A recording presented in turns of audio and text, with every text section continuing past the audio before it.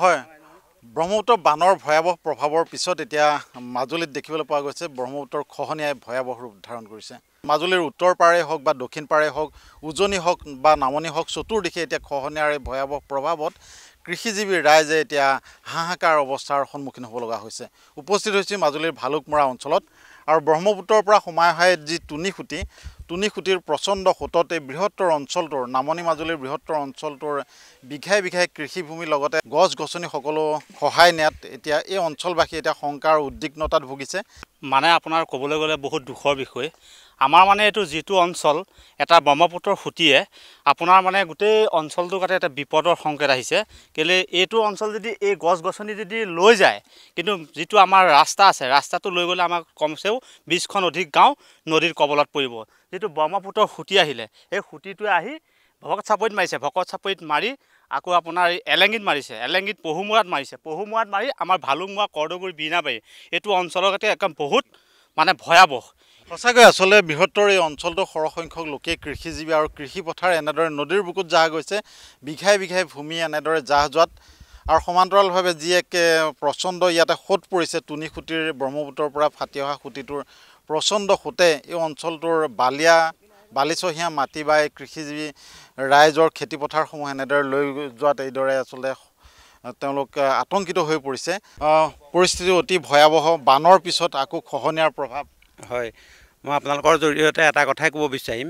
আমাৰ অসম চৰকাৰ লগতে মুখ্যমন্ত্ৰী ডাঙৰীয়া, জলসম্পদ বিভাগৰ মন্ত্ৰী ডাঙৰীয়াক আমি এটা কৰজোৰে অনুৰোধ জনাম যে আমাৰ এই অঞ্চলটো যদি গৰাখহনীয়াৰ গ্ৰাসত পৰে তেতিয়াহ'লে আমাৰ কোনো ঘৰ বাৰীৰ লগতে আমাৰ অস্তিত্ব হেৰাই যাব।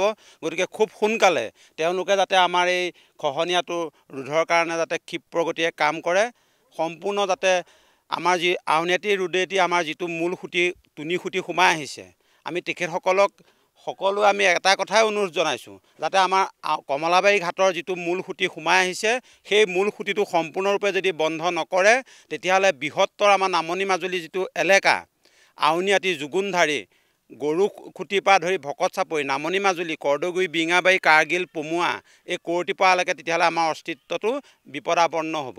গতিকে মই আপোনালোকৰ জৰিয়তে অসম চৰকাৰৰ বিভাগীয় কৰ্তৃপক্ষক এটা কথাই অনুৰোধ জনাইছোঁ, খুব সোনকালে যাতে আমাৰ এই অঞ্চলটো পৰিদৰ্শন কৰি সম্পূৰ্ণ বৈজ্ঞানিক ভিত্তিত তেওঁলোকে যাতে স্পাৰ দিয়াৰ ব্যৱস্থা কৰে, যাতে আমাৰ ৰাইজে কিবা এটা আশ্বাস পায়। ইয়াকে কৈছোঁ মই আপোনালোকৰ জৰিয়তে। নিশ্চয়কৈ আচলতে মাজুলীবাসীৰ বাবে আচলতে বানতকৈ ভয়াৱহ সেই খহনীয়াৰ তাণ্ডৱ। কাৰণ খহনীয়াত যি ভূমি হেৰাই যায় তাৰ কোনো পুনৰ উদ্ধাৰ নহয় বা সেই ভূমি পুনৰ মাটিৰ ৰূপ পাবলৈ শ শ বছৰৰ প্ৰয়োজন হয়। এনেস্থলত কৃষিজীৱী ৰাইজৰ কৃষিপথাৰ এনেদৰে খেতি ভূমি নদীৰ বুকুত জাহ যোৱা সমস্যাই এতিয়া ভাৰাক্ৰান্ত কৰি তুলিছে সমগ্ৰ মাজুলীবাসীক।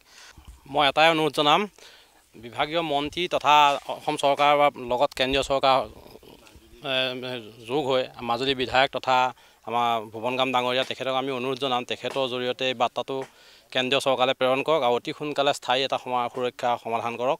ইয়াকে মই আহ্বান জনাইছোঁ আপোনালোকৰ জৰিয়তে। এয়া কেমেৰাত দিব্যই দেখুৱাইছে এনেদৰে ৰাইজে যি আচলতে নদীৰ পাৰৰ গছ গছনি আছিলে সেইসমূহ কাটি নদীত গৰাখহনীয়াৰ কাষত দি খহনীয়াৰ নদীৰ যি সোঁত, এই প্ৰচণ্ড সোঁত যাতে বিপৰীত দিশে ধাবিত কৰাব পাৰে তাৰ বাবে তেওঁলোকে প্ৰচেষ্টা অব্যাহত ৰাখিছে। কিন্তু এই প্ৰচেষ্টা বা খহনীয়াৰ ৰোধৰ যিসমূহ তেওঁলোকে প্ৰাথমিক এইখিনি কাম কৰিছে, ৰাইজ ৰ'ব নোৱাৰি বা খহনীয়া নিজ চকুৰ আগতে গৰাখহা দৃশ্য সহিব নোৱাৰি ৰাইজ এনেদৰে হাতে কামে লাগি পৰিছে। কিন্তু কথা হ'ল এই অঞ্চলটোৰ লগতে নামনি মাজুলীৰ বৃহত্তৰ অঞ্চলটোৰ 20খনতকৈ অধিক গাঁও এই ভয়াৱহ খহনীয়াৰ কবলত পৰিছে। তুনিখুটিৰ এই প্ৰচণ্ড সোঁত, খহনীয়াৰ প্ৰভাৱ আৰু সমান্তৰালভাৱে কৃষিজীৱী ৰাইজৰ বিঘাই বিঘাই কৃষিভূমি নদীত জাহ যোৱা এই ঘটনাই শংকিত উদ্বিগ্ন কৰি তুলিছে সেই সমগ্ৰ অঞ্চলৰ ৰাইজক।